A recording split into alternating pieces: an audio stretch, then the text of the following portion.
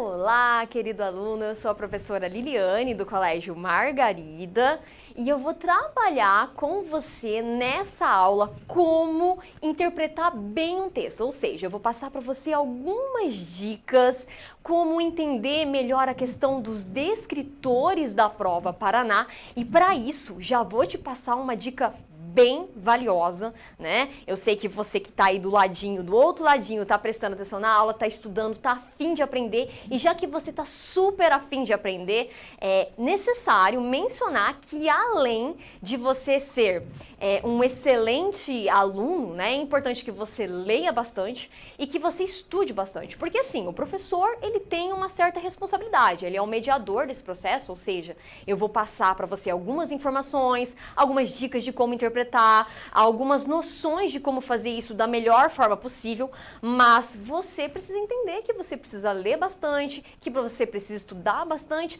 até mesmo para você construir o seu conhecimento de mundo, porque aqui, durante a interpretação de texto, você vai observar o quanto isso se faz necessário, né? Para você ali interpretar, quanto mais conhecimento você tiver, mais fácil fica para você. Então agora nós vamos à nossa primeira questão.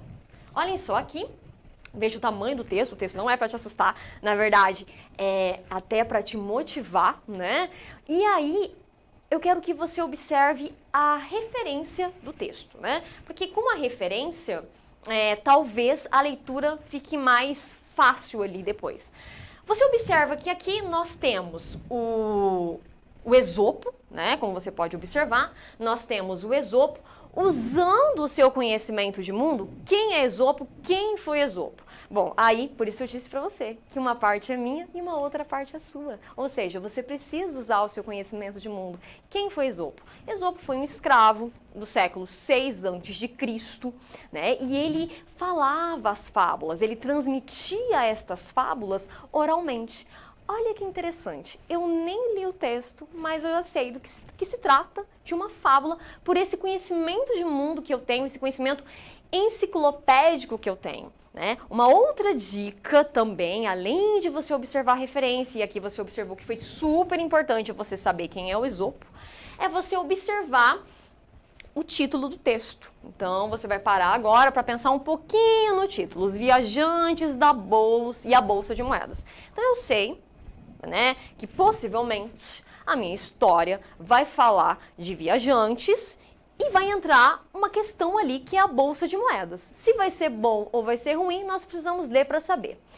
Outra dica muito importante é que você saiba, né, o gênero que está presente. Já falei para você que o Esopo, ele falava, né, porque na época ele não escrevia, ele era escravo, falava estas fábulas. E a fábula é um gênero textual, né, com uma característica muito marcante. Ele é um gênero que tem como sequência predominante a narrativa, e os gêneros que possuem a sequência narrativa, eles têm uma característica em comum, né, assim como romance, a novela, a fábula, né, eles têm uma característica em comum. Todos eles, por terem a sequência narrativa, eles têm uma situação inicial, um conflito, ou seja, a tranquilidade vai ser rompida ali, eles vão possuir um suspense e o desfecho. Além de tudo também, eles vão ter personagens, vão ter narrador, tempo.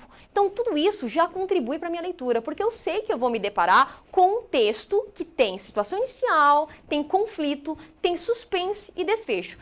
E claro, né? A fábula, ela tem as suas particularidades, a fábula tem as suas características, e é isso que a torna diferente, por exemplo, do gênero conto. Então, o que eu espero encontrar numa fábula? A moral. Assim como você encontra aqui, ó, moral da história.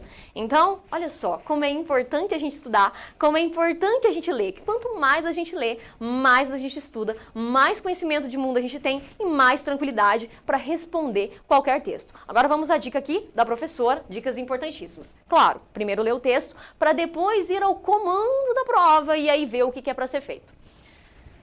O viajante e as bolsas de moedas. Dois homens viajavam juntos ao longo de uma estrada quando um deles encontrou uma bolsa cheia de alguma coisa. Então veja que alguma coisa ali rompeu a tranquilidade, porque a situação era tranquila. Olha só a narrativa se fazendo presente. A situação era tranquila, tranquila, mas de repente nós temos um conflito ali, né? E esse conflito, que é a questão da bolsa cheia de uma coisa, acaba mudando um pouco todo o texto para você.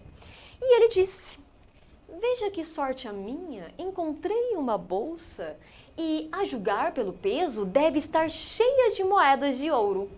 E lhe diz o companheiro: não diga encontrei uma bolsa, mas nós encontramos uma bolsa. E quanta sorte temos! Amigos de viagem devem compartilhar as tristezas e as alegrias de estrada. O sortudo, claro, se nega a dividir o achado. Então, escutam gritos. Pega, ladrão! Vindo de um grupo de homens armados com porretes, que se dirigem estrada abaixo, na direção deles. O viajante sortudo logo entra em pânico e diz: estamos perdidos. Se encontrarem essa moeda conosco, replica o outro: você não disse nós antes, né? Assim, agora fique com o que é seu e diga: eu estou perdido. Ele não quis dividir a bolsa, o que tinha na bolsa ali, agora ele está precisando da ajuda do outro, né? Então observe a moral da história. E eu esperava encontrar uma moral, porque é uma fábula, né? Então ela vai passar para nós uma questão de lição, vai passar para nós uma lição, uma história, é um gênero ficcional, mas verossímil, né? Então você observa. Você não disse nós antes, né? Aí ele fala: não devemos exigir que alguém, na fábula, na moral, perdão, que alguém compartilhe conosco as desventuras quando não lhes compartilhamos também as nossas alegrias, né? E aí, dentro do gênero fábula, claro que tinha essa lição para nos passar, mas o objetivo talvez não seja observar essa questão da moral. Por isso, nós vamos ao comando da prova e eu quero que você preste atenção agora. O fato que deu origem a essa história foi... Vamos lá? Vamos prestar atenção? Vamos tentar responder aqui a questão? Vou fazer você pensar um pouquinho. O amigo ter abandonado o outro companheiro? Então, um amigo abandonou o outro companheiro e eu posso dizer que isso que deu origem a essa história? Muito pelo contrário, né? Isso aconteceu depois, quase no final da história. Não sei se foi perceptível ali na hora que você estava lendo. O viajante ser perseguido por homens armados? Peraí, ele não estava sendo perseguido, né, ali no início, na origem. Não era isso, não foi esse o conflito da história, não foi isso que desencadeou ali uma mudança na situação inicial. Os amigos ficarem perdidos em uma estrada? Eles ficaram perdidos numa estrada, mas será que isso que desencadeou o conflito da história? Foi isso que mudou a tranquilidade da história?